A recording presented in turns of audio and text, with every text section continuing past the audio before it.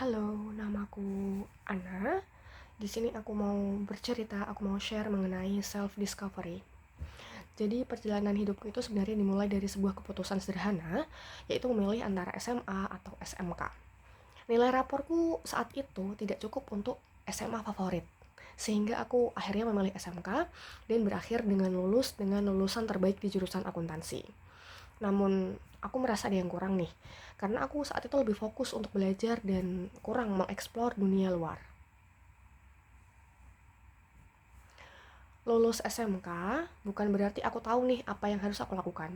Aku sempat ingin melanjutkan ke sekolah kedinasan sebenarnya, tapi akhirnya memilih kuliah di jurusan yang lebih aman ya, yaitu melanjutkan di jurusan akuntansi. Aku memang lulus cum laude, meskipun tidak tepat waktu, tapi aku merasa belum menemukan jati diriku nih. Aku masih bingung menjadi apa nih setelah kuliah. Setelah lulus, aku memilih untuk berpetualang, mengisi waktu dengan kegiatan sukarelawan dan perjalanan ke berbagai kota. Aku bahkan memilih untuk kuliah S2 di manajemen pertahanan, serta kembali nih untuk menemukan semangat dalam belajar hal-hal baru. Di sela-sela akhir pekan, aku menjadi volunteer untuk mengajar bahasa Indonesia kepada para pengungsi dari Afghanistan dan Somalia yang ada di area Jakarta Selatan. Selain itu, aku juga aktif mengikuti seminar dan berbagai kegiatan dengan berbagai diskusi-diskusi yang tentunya berbeda topik. Dan ternyata pencarian jati diri itu bukanlah sesuatu yang instan.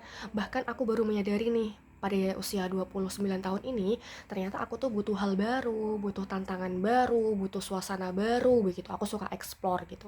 Sehingga aku tidak bisa hidup di rutinitas yang monoton. Itu benar-benar membosankan bagiku. Karena itu justru malah merusak kesehatan mentalku.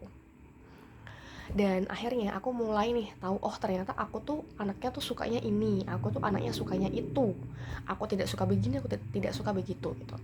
Aku memutuskan nih untuk bepergian, menjelajah Indonesia, bahkan hingga ke luar negeri dengan solo female traveling dari Surabaya ke Bali. Nah saat itu aku menjadi backpacker dengan modal minim. Kemudian aku pernah pergi solo alias sendiri ke Malaysia, kemudian ke Makassar, Thailand, Pontianak, Brunei. Ke Pontianak, Brunei ini bahkan di menjelang Ramadan, menjelang Lebaran begitu. Hingga ke Pulau Belitung, ke Bangka, serta Palembang di bulan September kemarin.